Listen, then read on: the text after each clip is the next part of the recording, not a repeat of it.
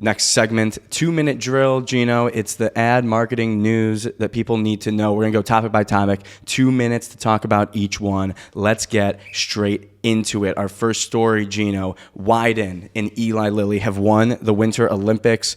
Wyden Kennedy ad agency, Eli Lilly Pharmaceuticals, and they have a commercial that came out called Never Over. I'll let you take it from here. Yeah, let's talk about the key players here. If you're looking at some of the best ad agencies in history, Jack, Wyden Kennedy is going to come on that list. Now, if you think about Nike and Just Do It, this was the agency that made it. I think that's good clarification for the people here. And then we look at Eli Lilly. What do they do for a living? They make prescription medicine? What are they doing creating amazing advertising, Jack? What did you think of the actual ad? Because I loved it. I loved it. I did a glaze alert. I glazed it. I glazed it on Maine, and for good reason. And I think when you think about, especially think about pharmaceutical, think about the pharmaceutical ads where it's like you hear like the random drug name and then you get into it for 5 hours about the side effects and all that.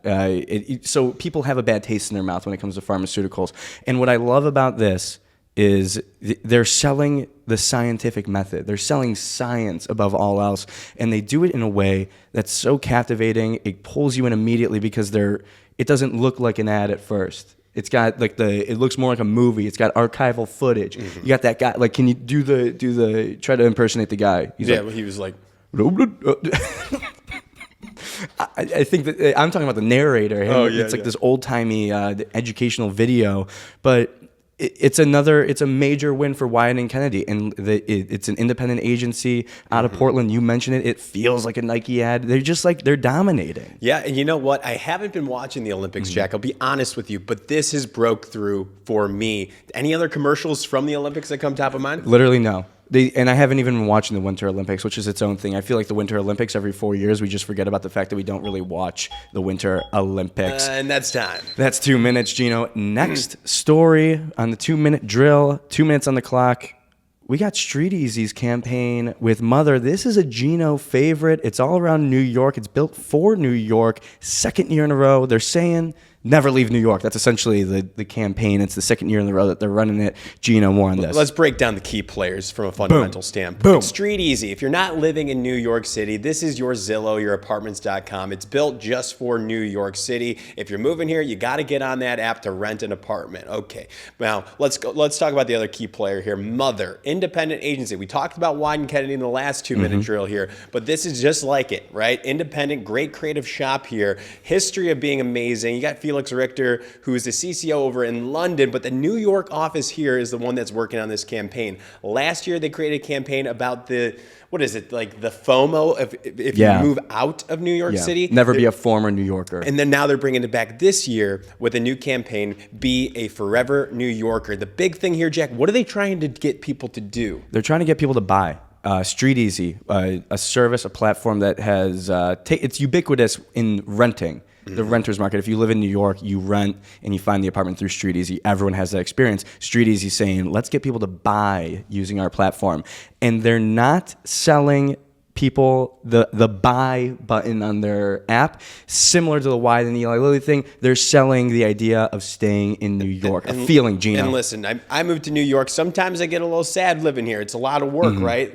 And then you see these ads when you're on the subway. And there's a lot of out of home here. When you're in the subway, you're maybe a little depressed, you're working hard, you're anxious, whatever. You look back up at those ads and you go, damn, I do want to live here. It's a campaign for the city as well, tourism, visiting. They stick out too. I think that's a big thing. Like, art direction matters a lot on these subway ads, where you have the captive audience and people are actually going to like sit down and watch it. And compared to the Jerry Seinfeld ads or the lawyer ads, I think it's pretty damn good. That's our time. That's 2 minutes, Gino. Our next story. Folgers and BBH are bringing back kind of the old Folgers jingle, Gino. This is like lives in advertising lore. I feel like the Folgers original thing. I forgot about Folgers. What was the jingle? The best part of waking up is Folgers in your cup. It's 100 plus years old, I believe, that jingle, it's Jack? old as shit.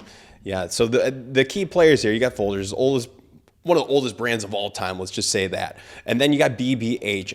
If you ask me what that stands for, BBH, I couldn't tell you. I think it's Bartles, Borgel, and Haggerty. Yeah. And they're a classic agency as well. They're a part of the Publicis, the holding company structure here. So not independent like Wyden, not independent like Mother here, but they're backed by Publicis, big time company here, and they've been crushing it lately. And this is their campaign. How did they kind of bring this to life, Jack? What are people seeing? BBH stands for Beast Ballin' Haters. How about that? How about that? What was your question? Sorry, I was focused on What are they doing in the campaign? Oh, well, you sang the original jingle. Now they're kind of like taking every like modern song that talks about waking up, and they're using that as like the basis for this spot, this ad, this commercial.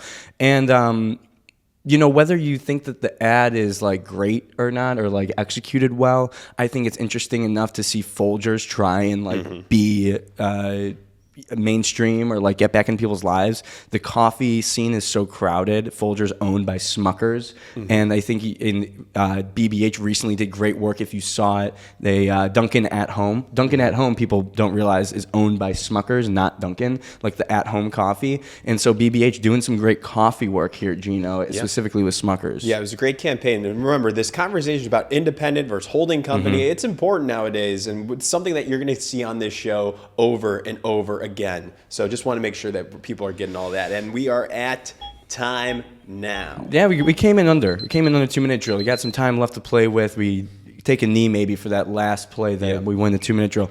Gino, last play, last drive of the 2-minute drill. Reformation is tapping in a divorce lawyer to be the face of their new collection. We're going to bring in Ellie, who is our producer here. Ellie, what's going on?